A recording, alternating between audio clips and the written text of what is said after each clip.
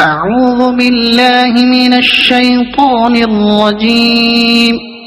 بسم الله الرحمن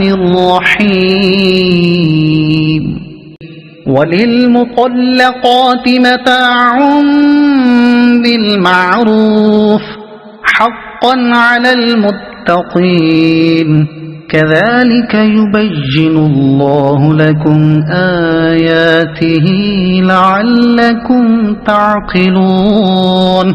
ألم تر إلى الذين خرجوا من ديارهم وهم ألوف حذر الموت فقال لهم الله موتوا ثم أحياهم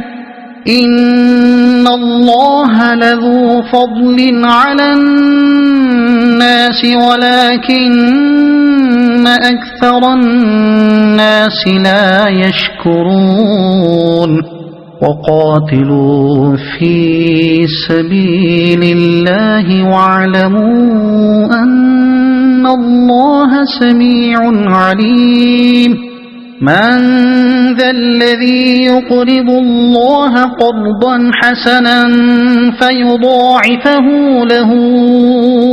أضعافا كثيرة والله يقبض ويبسط وإليه ترجعون. ألم تر إلى الملأ من بني إسرائيل من بعد موسى إذ قالوا لنبي له ابعث لنا ملكا نقاتل في سبيل الله قال هل عسيتم إن كتب عليكم القتال ألا تقاتلوا قالوا وما لنا ألا نقاتل في سبيل الله وقد أخرجنا من ديارنا وأبنائنا فلما كتب عليهم القتال تولوا إلا قليلا منهم والله عليم بالظالمين. وقال لهم نبيهم إن الله قد بعث لكم طالوت ملكا قالوا أنى يكون له الملك علينا ونحن أحق بالملك منه ولم يؤت سعة من المال قال إن الله اصطفاه عليكم وزاده بسطة في العلم والجسم والله يؤتي ملكه من يشاء والله واسع عليم. وقال لهم نبيهم إن آية ملكه أن يأتيكم التابوت فيه سكينة من ربكم وبقية مما ترك آل موسى وآل هارون تحمله الملائكة إن في ذلك لآية لكم إن كنتم مؤمنين. فلما فصل طالوت بالجنود قال إن الله مبتليكم بنهر فمن شرب منه فليس مني ومن لم يطعمه فإنه مني إلا من اغترف غرفة بيده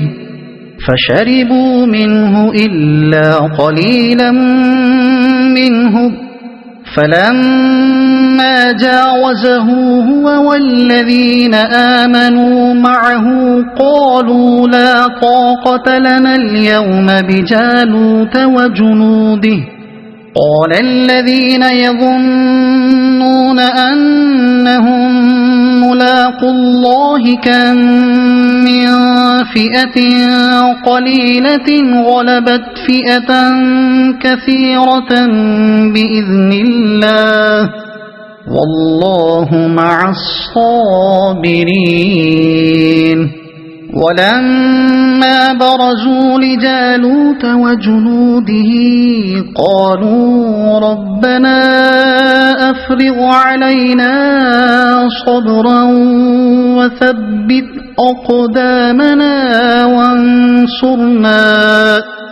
وانصرنا على القوم الكافرين فهزموهم بإذن الله وقتل داود جالوت وآتاه الله الملك والحكمة وعلمه